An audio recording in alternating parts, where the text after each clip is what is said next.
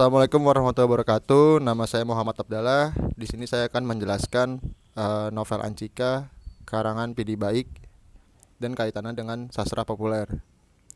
Nah, di novel Ancika ini dikarang oleh Pidi Baik yang diterbitkan pada tahun 2021.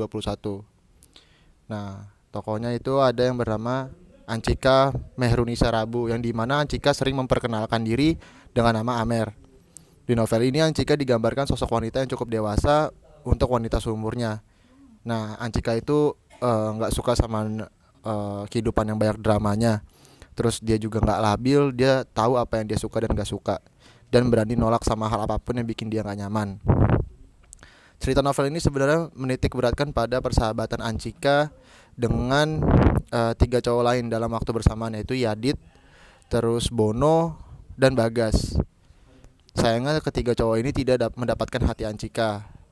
Nah, karena sebenarnya Ancika pada di akhir cerita nanti memang dia tertarik sekali dengan Dilan gitu.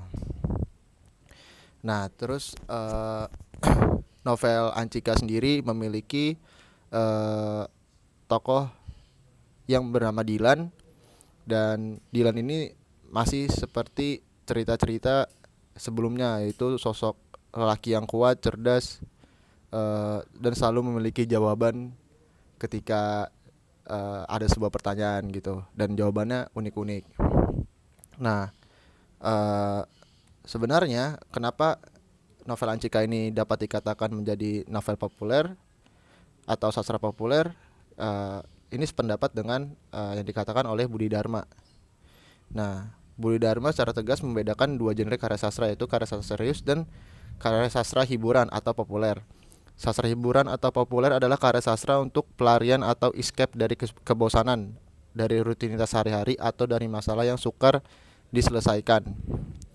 Sastra hiburan sifatnya menghibur sehingga banyak digemari pembaca. Karena banyak digemari, sastra hiburan juga dinamakan sastra pop atau sastra populer. Jadi sastra populer atau hiburan adalah tokohnya tampan, kaya, dicintai, dikagumi, dan sanggup mengatasi segala macam masalah dengan mudah. Nah, ini sama banget kayak uh, tokoh-tokoh yang ada di dalam novel Ancika. Apalagi yang dimaksud adalah Dilan dan Ancikanya sendiri gitu.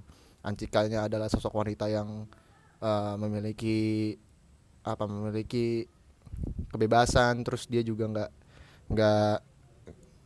nggak ngerasa cemas ketika dia mengambil suatu keputusan. Sedangkan Dilan pun menjadi sosok yang seperti itu. Nah, menurut Budi Dharma, pembaca akan dipancing untuk melakukan identifikasi diri seolah dirinya adalah tokoh itu sendiri. Pembaca juga akan merasa dirinya seolah hebat. Oleh karena itu, apa yang dipancing oleh sastra hiburan tidak lain adalah impian yang tidak mungkin dicapai, karena pembaca dibuai bukan oleh masalah hakiki kehidupan, melainkan ilusi. Jadi maksudnya Budi Dharma tuh, novel-novel populer tuh biasanya banyak mengambil serapan-serapan kehidupan tuh yang bahagia-bahagianya aja gitu kan, kayak imajinasi. Dia terlalu memainkan imajinasi yang sebenarnya mungkin kalau di dalam dunia nyata tidak semudah itu untuk menyelesaikan masalah gitu. Nah, dari penjelasan para ahli di atas dapat disimpulkan bahwa sastra populer merupakan sastra yang dianggap memiliki esensi yang lebih rendah dari sastra non populer, dan dianggap tidak memiliki keindahan dari segi makna karena disampaikan dengan jelas dan tidak berbelit-belit, tidak seperti sastra serius karena mementingkan target pasar gitu. Nah, karakteristik sastra populer itu yang pertama ada aspek pembaca, yang kedua ada intensitas penyajian dan pemilihan persoalan atau tema. Nah, maksudnya yang poin kedua itu, sastra ini menampilkan masalah-masalah secara ringan dan hanya menyajikan rekaman kehidupan tokoh yang ditulis, sehingga tidak ditulis secara mendalam karena fungsinya hanya untuk menghibur gitu. Ya kan, kalau hiburan, kalau yang mungkin terlalu berat ya itu tidak jadi menghibur, tapi jadi mungkin jadi satu pelajaran gitu kan. Yang ketiga ada fungsi. Seperti yang sudah disebutkan, sastra jenis ini hanya sebagai hiburan untuk menghilangkan kejenuhan semata. Ya, seperti poin kedua ya sebenarnya ya. Yang keempat itu struktur. Struktur yang terbentuk pada sastra populer atau sastra hiburan ini menekankan pada plot yang menampilkan tokoh hanya dari segi emosi asli.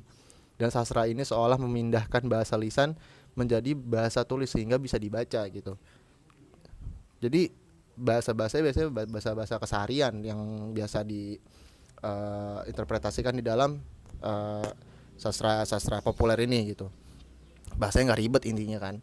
Yang kelima, sifat sastra populer ini biasanya tergolong klise atau selalu diulang-ulang karena tujuannya mengabdi atau menuruti selera pembaca atau memenuhi target pasar dan komersil. Nah, dari berdasarkan sifat ini memang karya sastra populer eh, biasanya laku karena emang namanya juga populer kan gitu.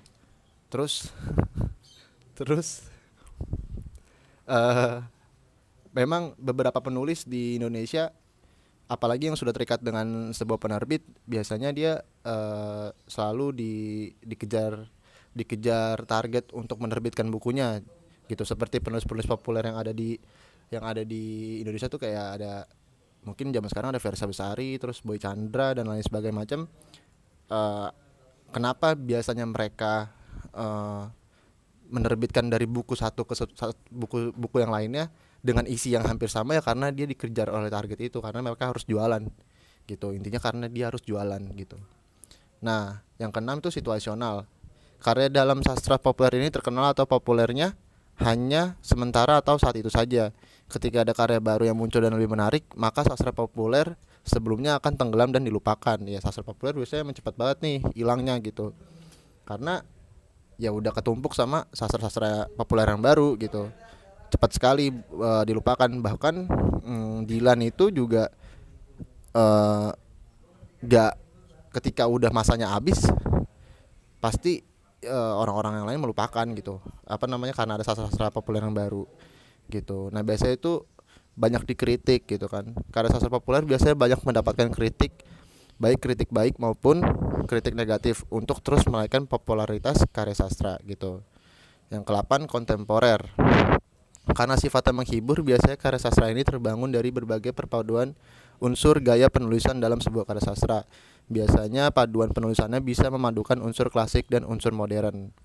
Nah, itu tadi adalah karakteristik dari sastra populer.